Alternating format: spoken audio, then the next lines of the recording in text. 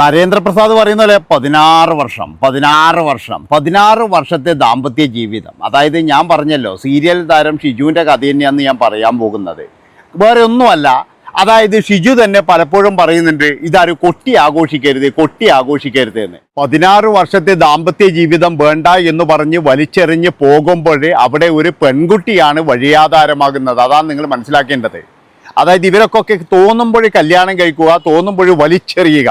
ഇതാണ് പ്രധാനപ്പെട്ട സീരിയൽ താരങ്ങളൊക്കെ ചെയ്യുന്നത് എന്ന് ഞാൻ പറയുന്നുള്ളൂ. 2 ദിവസം മുമ്പ് ഒരു സീരിയൽ താരം ഇതേപോലെ വന്ന് പറയുകയാണ്, ഞാനിപ്പോൾ ഫ്രീ ആണ്, 4ാമത്തെ കല്യാണം കഴിഞ്ഞത്, എന്നിട്ട് വിളിച്ചു പറയുകയാണ് അതും ഡിവോഴ്സായിട്ട് ഞാനിപ്പോൾ ഫ്രീ ആണെന്ന്.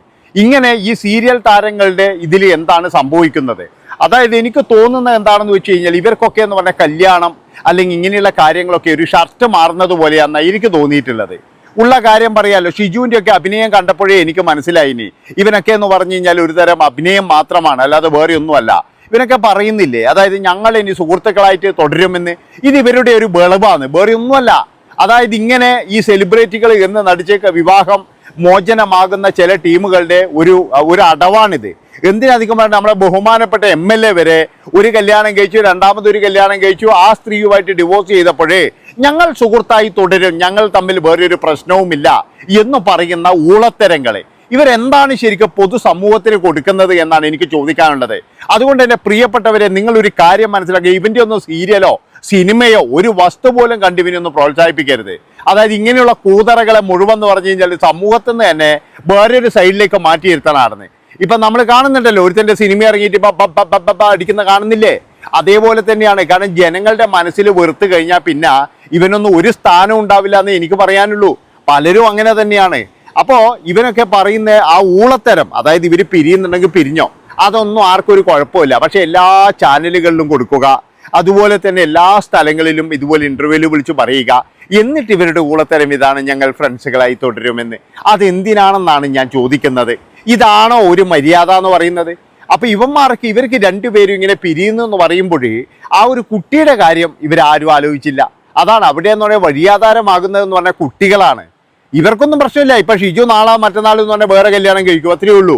ആ സ്ത്രീ ചിലപ്പോഴെന്ന് പറഞ്ഞാൽ എനിക്ക് കഴിക്കത്തില്ല, ചിലപ്പോൾ മകൾക്ക് വേണ്ടി ജീവിക്കും. പലതും അങ്ങനെയാണല്ലോ സംഭവിക്കുന്നത്. പല സിനിമാ താരങ്ങളുടെ കേസ് എടുത്തു കഴിഞ്ഞാൽ എന്തിനധികം നമ്മൾ സായികുമാറിനെ കാണുന്നില്ലേ, ഭാര്യയ്ക്ക് ക്യാൻസർ, അപ്പോൾ തന്നെ ആയിരുന്നു ഒഴിവായിട്ട് ഓടിയില്ലേ. മകളെ കല്യാണം പോലും നടത്താൻ വേണ്ടി നിന്നിട്ടില്ല. ആ മകള് തന്നെയാണ് പറയുന്നത്, നമ്മളൊന്നുമല്ല. ഇപ്പോഴും തിരിച്ച് പറയുന്നുണ്ട്, അയ്യോ രോഗം എനിക്കറിയില്ലായിരുന്നു എന്നൊക്കെ പറയുന്നുണ്ട്. പക്ഷെ സംഭവം ഇതാണ്.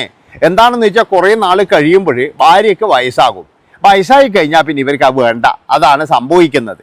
എന്നാൽ ഇവന്മാരുടെ കാര്യം എന്താണെന്ന് വെച്ച് കഴിഞ്ഞാൽ ഇവന്മാർ വേറെ ആയിരിക്കും ചേക്കേറുകയും ചെയ്യും.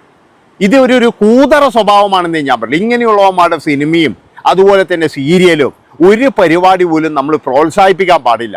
ഇവന്മാരൊക്കെ എന്ന് പറഞ്ഞു കഴിഞ്ഞാൽ അനുഭവിക്കുക തന്നെ വേണമെന്നാണ് എനിക്ക് പറയാനുള്ളത്. അത്രമാത്രം കൂതറകളാണ് ഇവരൊക്കെ. അങ്ങനെയാണ് ഇവരൊക്കെ കണക്കൂട്ടാൻ കഴിയുള്ളൂ. എന്നിട്ട് ഇവൻ്റെയൊക്കെ ഡയലോഗ് അടിയാണ് ഭയങ്കരമാണെന്ന്. ഞങ്ങൾ പരസ്പര സമ്മതത്തോടുകൂടി ഞങ്ങൾ അവിടെ വെച്ച് ആ സ്ത്രീയുടെ കാര്യം എന്ന് പറഞ്ഞാൽ കട്ടപ്പൊക്കെയാണ്. കാരണം എന്താ അറിയാം, അവർ എയർ ഹോസ്റ്റേഴ്സോ എന്തോ ആയിരുന്നു. അങ്ങനെ എയർപോർട്ടിൽ വെച്ചിട്ടൊക്കെ ഇവനെ കണ്ടെയാണ്.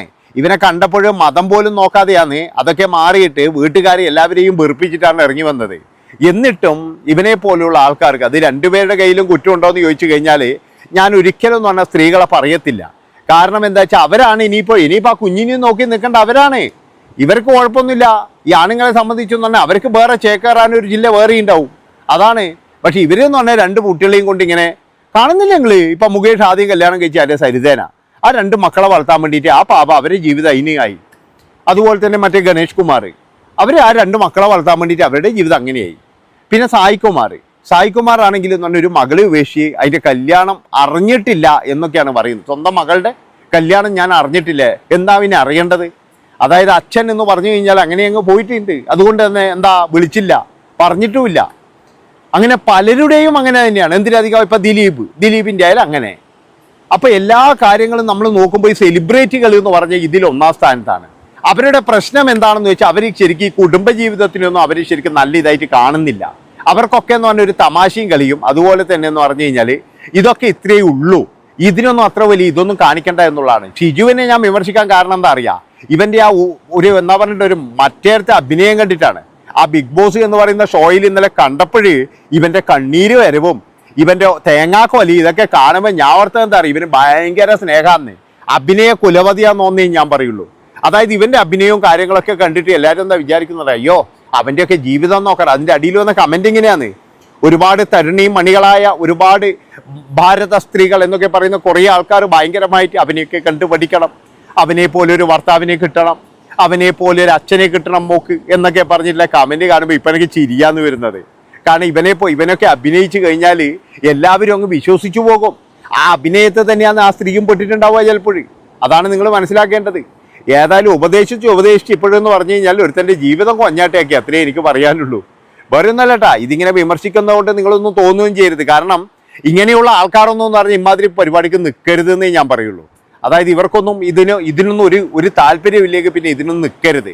അല്ലാതെ കുറേ നാൾ ഇതേപോലെ കൊണ്ട് നടക്കുക, അത് കഴിഞ്ഞതിന് ശേഷം എന്ന് പറഞ്ഞു കഴിഞ്ഞാൽ ഒരു ഷർട്ട് കഴിച്ച് ആടുന്ന പോലെ കഴിഞ്ഞ് നമ്മളെ ബന്ധം കഴിഞ്ഞ് അങ്ങനെ പറയുക. അത് കഴിഞ്ഞാൽ പിന്നെ എന്ന് പറഞ്ഞു കഴിഞ്ഞാൽ ഇതാ എന്നാൽ ശരി, എന്നാൽ നമ്മൾ ഇനി സുഹൃത്തുക്കളാണ് എല്ലാവരും തന്നെ. ഈ ബിഗ് ബോസിൽ പോയതിൻ്റെയൊക്കെ കുടുംബം എന്ന് പറഞ്ഞാൽ താറുമാറാണ്. എല്ലാവരും ഡിവോഴ്സ് തന്നെയാണ്. എനിക്ക് തോന്നുന്നതെന്ന് വെച്ച് കഴിഞ്ഞാൽ ഈറ്റുകൾ ഡിവോഴ്സ് ചെയ്യാനാണോ ഇനി ഈ ബിഗ് ബോസിലേക്ക് പോകുന്നത് എന്നുള്ളൊരു സംശയം വരെയുണ്ട്. നിങ്ങൾ ആലോചിച്ചു എത്ര ആൾക്കാരുടെ കുടുംബം തകർന്നത് ബിഗ് ബോസ് കാരണം. ഒന്നാമത്തെ കാര്യം തന്നെ ബിഗ് ബോസ് പോയി തിരിച്ചു വന്നു കഴിഞ്ഞാൽ എന്ന് പറഞ്ഞാൽ അപ്പോഴേക്കും തന്നെ അവിടെ എല്ലാ സത്യങ്ങളും പറഞ്ഞിട്ടുണ്ടാകും. അതുപോലെ ആയിരിക്കും ചിലപ്പോൾ ബിഗ് ബോസിൽ എന്തെങ്കിലും പ്രശ്നം, ബിഗ് ബോസ് തുടങ്ങി കഴിഞ്ഞതിന് ശേഷം സമാധാനം ഉണ്ടാവില്ല. അതന്നെ പ്രശ്നം, വേറെയൊന്നും അല്ല. അപ്പോൾ ഇവരൊക്കെ എന്ന് പറഞ്ഞാൽ അഭിനയിക്കുമ്പോൾ നമ്മളൊക്കെ വിചാരിക്കുന്നത് ഇവരൊക്കെ ഭയങ്കര സംഭവമാണ്, അല്ലെങ്കിൽ ഇവനൊക്കെ എന്ന് പറഞ്ഞു കഴിഞ്ഞാൽ. പിന്നെ വേറെയൊരു കാര്യമുണ്ട് ഷിജുവിനെ പറ്റിയിട്ട്, അത് ഞാൻ പറയുന്നില്ല. അത് പിന്നെ പറയേണ്ടെന്ന് വിചാരിച്ചിട്ടാണ്. അതൊക്കെ ഒരുപാട് വിവാദമായതാ, നമ്മളെന്തിനാ പറയുന്നത്. അപ്പം അങ്ങനെയൊക്കെയാണ് നമ്മൾ വിചാരിക്കുമ്പോൾ ഇവരൊക്കെ എന്ന് പറഞ്ഞാൽ ഭയങ്കര ഒരു സംഭവം, ഒരു അമാനുഷിക ശക്തിയുള്ളവരൊക്കെയാണ്. പക്ഷെ ഇത്രയേ ഉള്ളൂ മക്കളെ. അതുകൊണ്ട് നിങ്ങളെ ഒരു സാധാരണക്കാരായ നമ്മൾ പ്രേക്ഷകർ ഇവരൊന്നും ജീവിതം കണ്ടിട്ട് ഒരിക്കലും പഠിക്കരുതെന്നേ ഞാൻ പറയുള്ളൂ. അതായത് കുറേ നാൾ കഴിഞ്ഞാൽ ഞങ്ങൾ ഫ്രണ്ട്സുകളാണ്, സുഹൃത്തുക്കളാണ്, മണ്ണാ കട്ട തേങ്ങാ കൊല്ലയാന്നൊന്ന് പോടാ പാടുന്നത് ഇതെന്ന് പറയുന്നത്. ഇതിനടുക്ക് അത് മറ്റേ വേറെ ഒന്നും 2-3 ആഴ്ചക്കാരേ ഉള്ളൂ. ഒരു സ്ത്രീ ഇതേപോലെ ഏതോ ഒരു ചെറുപ്പക്കാരനാണ്, അതായത് ഈ സ്ത്രീക്ക് 43 വയസ്സുണ്ട്, അതിൻ്റെ ക്യാമറാമാനെങ്കാറ്റാണ്, അതിന് 33 വയസ്സെങ്കാറ്റേ ഉള്ളൂ. അങ്ങനെ കല്യാണം കഴിച്ച് ഇതിനിടക്ക് പറയുന്നത് കേട്ടു, ഞങ്ങൾ ദാമ്പത്യ ജീവിതം അവസാനിപ്പിച്ചു, ഇനി ഞാൻ വീണ്ടും ഫ്രീ ആയി. എന്തിനാ ഇത് വിളിച്ചു പറയുന്നതെന്നാണ് ഞാൻ ആലോചിക്കുന്നത്. ഇത് വിളിച്ചു പറയാതെ ശരിയാണ്, അവനവൻ്റെ സ്വകാര്യതയാണ്, ഞങ്ങളുടെ സ്വകാര്യതയാണ്, അതുകൊണ്ട് ഞങ്ങൾ ആരോടും വിളിച്ചു പറയുന്നില്ല. അങ്ങനെയെങ്കിൽ നിന്നൂടെ? ഇതല്ല, ഇതെല്ലാവരോടും കൊട്ടിപ്പാടുകയും വേണം. ഇനി ഇപ്പോഴെന്ന് പറഞ്ഞാൽ അതെന്ന് പറയുന്നത് എന്തിനാണ് ഈ കൊട്ടിപ്പാടുന്ന എന്തിനാ അറിയാം? ഈ വിവാഹത്തോടു കൂടി അങ്ങ് ഒന്ന് ഞങ്ങളൊന്ന് ഫേമസ് ആകട്ടെ, കുറച്ചുകൂടി ചർച്ചാ വിഷയം ആകട്ടെ എന്ന് കരുതിയിട്ടാണ്, അല്ലാതെ വേറെയൊന്നുമല്ല. ഇപ്പം നിങ്ങളെല്ലാം കരുതുന്ന പോലെ എന്തിനാണോ ഓൻ്റെ ഫാമിലി ജീവിതത്തിൽ പോയിട്ട് തലയിട്ട് നോക്കുന്ന പറഞ്ഞാൽ അവൻ തന്നെയാണ് പറയുന്നത്. നമ്മളാരും അവരുടെ ഫ്ലാറ്റിൽ പോയിട്ടോ വീട്ടിൽ പോയിട്ടോ ഒളിഞ്ഞു നോക്കിയിട്ടൊന്നും കിട്ടിയ വാർത്തയല്ല ഇത്. ഇതൊക്കെ എന്ന് പറഞ്ഞാൽ പ്രധാനപ്പെട്ട ഏഷ്യാനെറ്റ് ന്യൂസ് പോലെയുള്ള ചാനലുകൾ അവർ വരെ പുറത്തുവിട്ട സംഭവമാണിത്. അതാണ് നിങ്ങൾ മനസ്സിലാക്കേണ്ടത്. അപ്പം ഞാൻ പറഞ്ഞു വരുന്നത് എന്താണെന്ന് വെച്ചാൽ, ആ കുഞ്ഞ് ആകാന്ന് പറഞ്ഞു കഴിഞ്ഞാൽ എന്താ പറയേണ്ടത്, അതിനിപ്പോഴും എന്ന് പറഞ്ഞാൽ മുകളിൽ എന്നാൽ അച്ഛനും ഇല്ല അമ്മയില്ലാത്ത സ്ഥിതിയായി, അത്രയേ പറയാനുള്ളൂ. അതുകൊണ്ട് നിങ്ങളൊക്കെ ഒരു കാര്യം ആലോചിക്കുക, നിങ്ങൾക്കൊക്കെ കല്യാണം കഴിക്കുന്നില്ലെങ്കിൽ കഴിച്ചിട്ടാന്നേ ഉള്ളൂ. ഇമ്മാതിരി തൊട്ടിത്തരത്തിന് നിൽക്കാതിരിക്കുക. ആ തൊട്ടിത്തരാണെങ്കിൽ പൊതുജനങ്ങൾക്ക് മുമ്പിൽ ഇതുപോലെ പറയാതിരിക്കുക. അത് മാത്രമേ എനിക്ക് പറയാനുള്ളൂ. നന്ദി, നമസ്കാരം.